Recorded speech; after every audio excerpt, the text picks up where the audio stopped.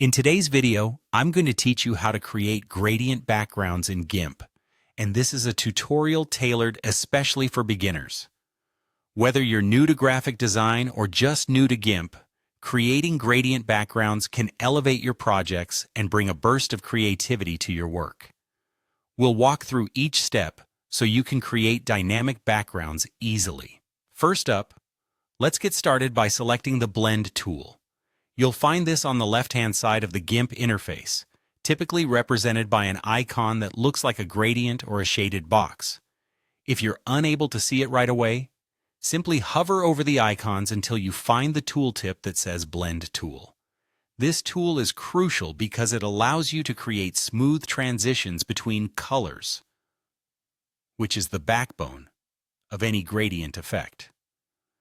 Now, with the Blend tool selected, it's time to choose your gradient style and colors.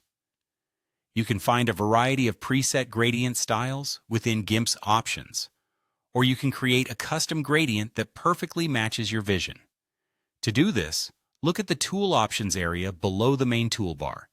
Here you can pick from pre-existing gradients or click on the gradient color to open the gradient editor. This editor lets you select any two colors you desire, helping you achieve the exact look you want for your background.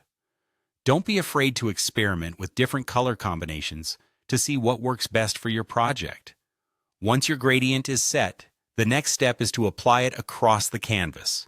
Click and drag your mouse across the canvas to lay down the gradient. The direction and distance of your drag will affect how the gradient looks.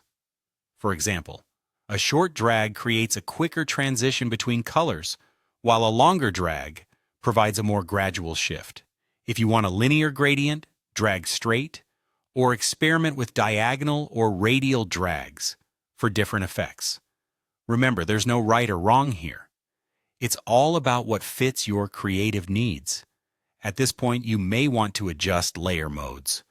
Layer modes alter how your gradient interacts with other layers in your project. You can find the layer modes in the Layers dialog, usually located on the right side of the screen. Try experimenting with different modes such as multiply, overlay, or screen to see how they affect the final appearance of your gradient background. This is where you can really fine-tune and customize the look. And there you have it, a stunning gradient background created right within GIMP. With practice, you'll be able to enhance your projects with custom gradients, adding depth and interest to your designs. Remember, the key is experimenting and finding what suits your style best.